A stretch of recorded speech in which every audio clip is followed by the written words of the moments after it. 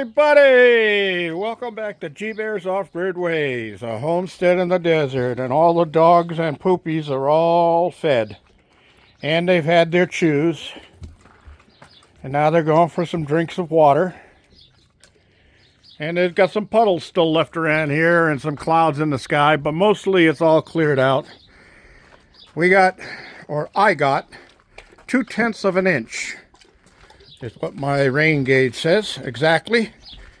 So that's where we're at, 2/10 of an inch. Thought it was going to be more. They kept saying more rain was coming and more rain was coming, but never got here. Looks like it's all clearing out, and that's where we're going to stay. But look how much water I got in there and down there. So that's a good thing.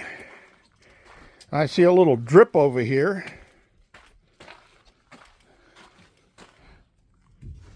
Oh, the hose is leaking. I'll shut that off so I don't lose any. Anyway, I'm going to be modifying this year after the rain season is over, and see if I can't get a better setup than what I've got here. And I like to move these two because they're actually in the way. So if I move the old Tomcat's old condo, I put one on that side and one on this side, that'll pretty much take care of it. Give me a little bit better setup. Oh, so much work to do. So many things to do. And so many things falling apart. My water heater, which is a propane tankless that I've got inside. I've showed that in other videos. If anybody else wants to see it, let me know and I'll get it into one of the upcoming videos. But the propane water heater the other day, cold this morning, got up, I wanted to splash my face at the sink and no hot water, ice cold water. I said, what the heck? And I checked the water heater and it wasn't igniting. Well, the igniter in that thing works on 2 D-cell batteries, the large flashlight D-cell batteries. And I put 2 Duracells in there almost 9 years ago. And the same 2 are still in there and had been working just fine all along. So I figured, well, the batteries are bad. And I had another set here of alkalines. So I said, I'm going to change them out. I pulled those 2 Duracells out, put 2 new batteries in, and still it wouldn't ignite. I went, oh no, there's something wrong. Don't tell me my water heater went out now. Well, they say they're good for around 10 years or so. So, you know, it was getting close. So I figured, uh-oh, I might have to end up buying a new water heater. And then just for the heck of it, I said, what the heck? So I reached up inside with my fingers and I cleaned off the contacts where the batteries go, put the batteries, the new batteries back in, and bing, fired right off. Hey! And it's been working fine ever since. So just for the heck of it, I got my multimeter out and I checked the batteries that I pulled out of there, the Duracells. And they should have 1.6 volts when they're brand new, and 1.5 volts is good. But they were only at 1.4 volts. So they're still good. They would still work. It was just one of the contacts got dirty inside, and that was it. So I didn't throw them away. I just set them to one side. And I'll use them for something else if I need to. But that was pretty amazing. So anyway, that's one of the things that I had to do.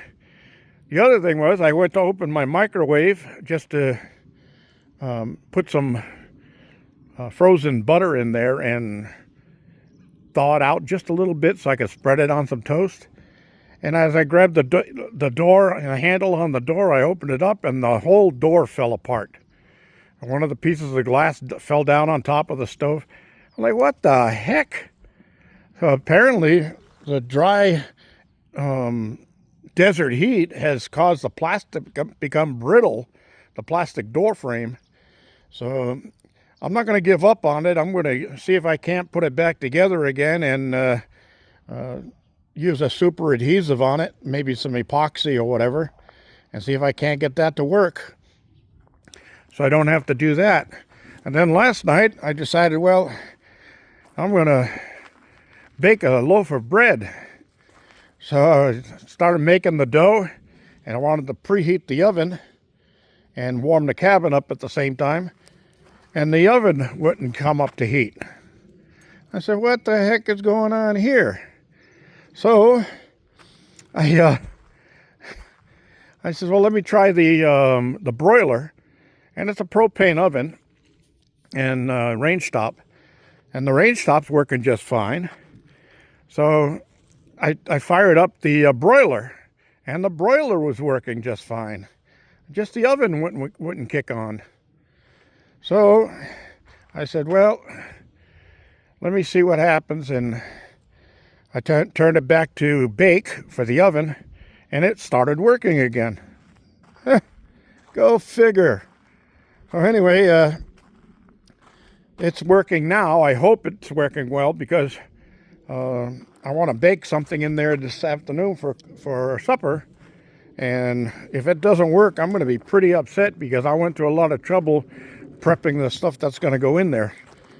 So anyway, the other thing was, I got out to the chicken coop, and I have those automatic door openers on the chicken coop, made by Brinsea.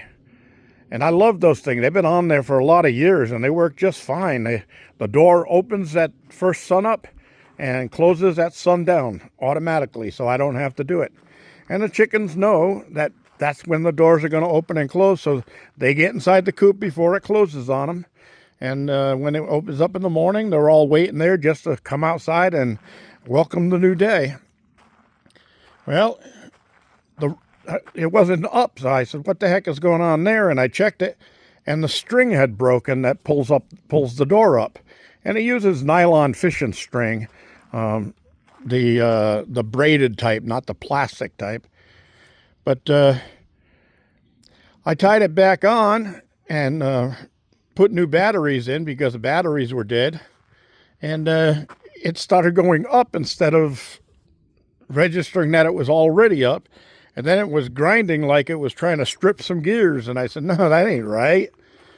So I took it down, took it apart, brought it inside the shop, and tore into it. And sure enough, I found out what was wrong, and I fixed that.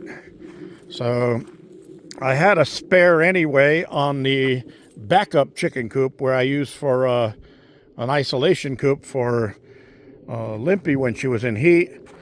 So I took that one off and put it on the main coop. And now I've got the other one. I didn't figure no need putting it back on the isolation coop, because I'm not going to be using it. No need it sitting out there. So I put it on the shelf inside the cabin, and it'll sit there until I need it. But it is working again. So that's a good thing. Oh, it's starting to get cold out here. It's going to be a real frigid one tonight. It always is after a rain, because you got the ground soaked with water, and then you got evaporative cooling. As soon as the sun sets, this stuff wants to just jump up into the sky if there's no cloud cover. Cloud cover. So anyway, another day, another dollar.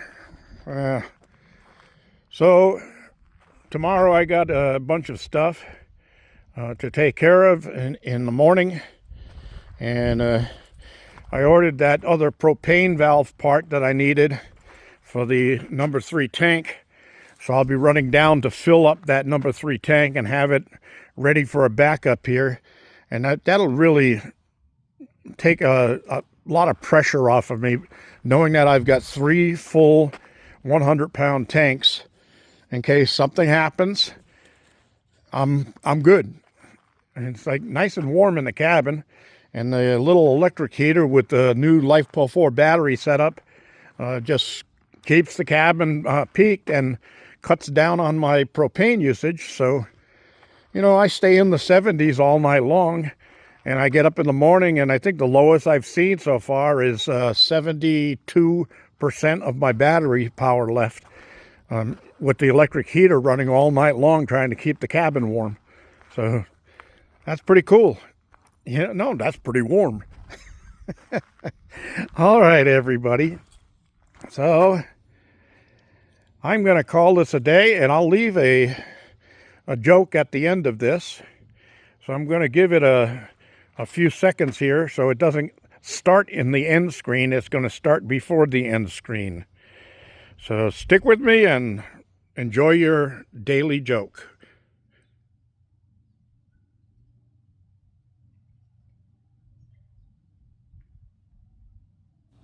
All right, here we go for your little giggle. Remember, singing in the shower is a lot of fun until you get shampoo in your mouth. Then it becomes a soap opera.